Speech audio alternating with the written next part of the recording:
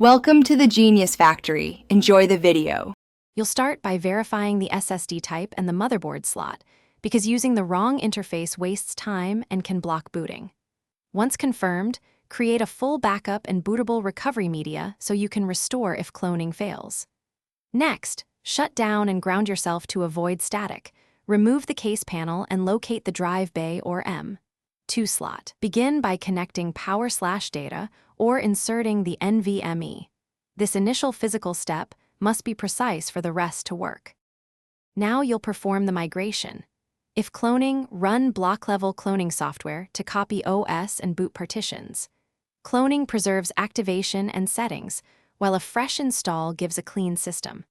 Before cloning, update the SSD firmware and switch BIOS to OSI or NVMe mode to avoid driver issues.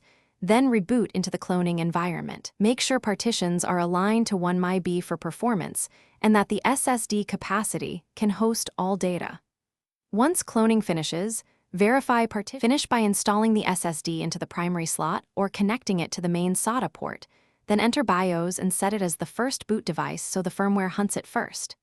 Boot into the operating system, run chkdsk or fsck, enable trim and confirm drivers are present. This ensures stability and sustained performance.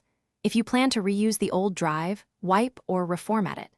If booting fails, check boot order. Rebuild the boot configuration data, receipt cables, and retry. Those steps usually resolve boot issues.